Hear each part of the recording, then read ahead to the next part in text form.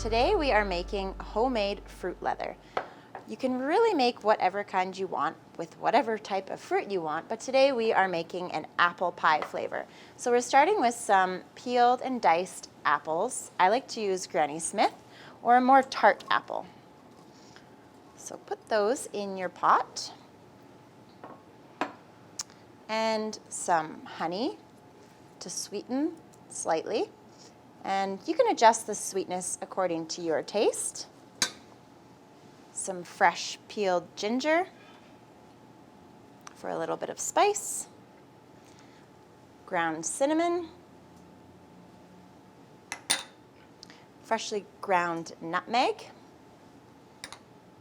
And a little pinch of clove. So you're really getting that apple pie flavor in there. And then a little bit of fresh lemon juice just to balance out the flavors.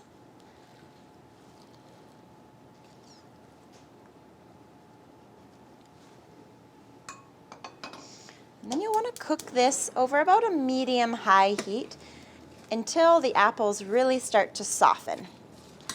And then at that point, they'll be ready to be pureed. So we have our apple pie fruit leather filling here. It's nicely cooked down, the apples are soft. At this point, we can puree it.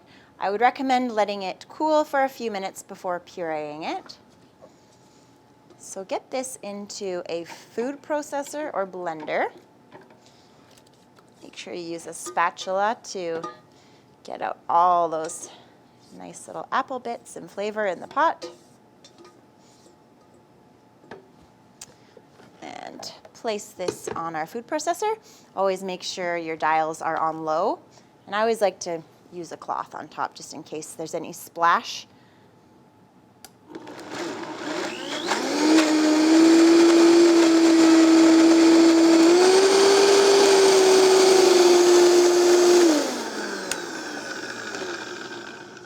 Once our fruit is pureed, place this on a silicone baking mat. And use your spatula again to make sure you're getting all the good stuff out of there. So I usually just start by piling it all in the middle, and then you can spread it out once you get it all out of the blender. And I find using an offset spatula like this works really well for spreading. You can also use a spatula. And you ideally want to get a nice even layer. It's okay if there's a few little fruit chunks in there still. I kind of like that actually. Get a nice even layer. We'll be baking this in a low temperature oven until it is completely dry. So this is our homemade apple pie fruit leather out of the oven. Allow it to cool slightly before handling it.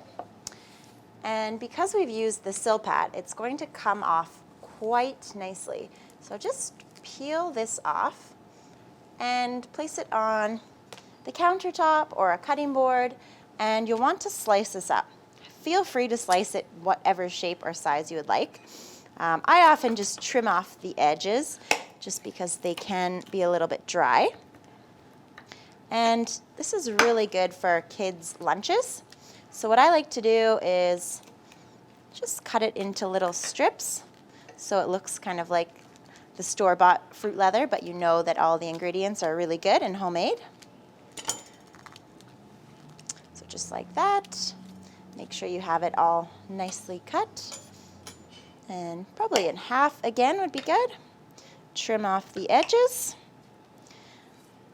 And once this is all finished being cut, store it in an airtight container at room temperature. So we've got our beautiful finished apple pie fruit leather here. This will last about a month in an airtight container, but it usually goes much faster than that. And you can see here we have it wrapped in a little cellophane bag, and you could hand this out to your kids, teachers, bus drivers, friends.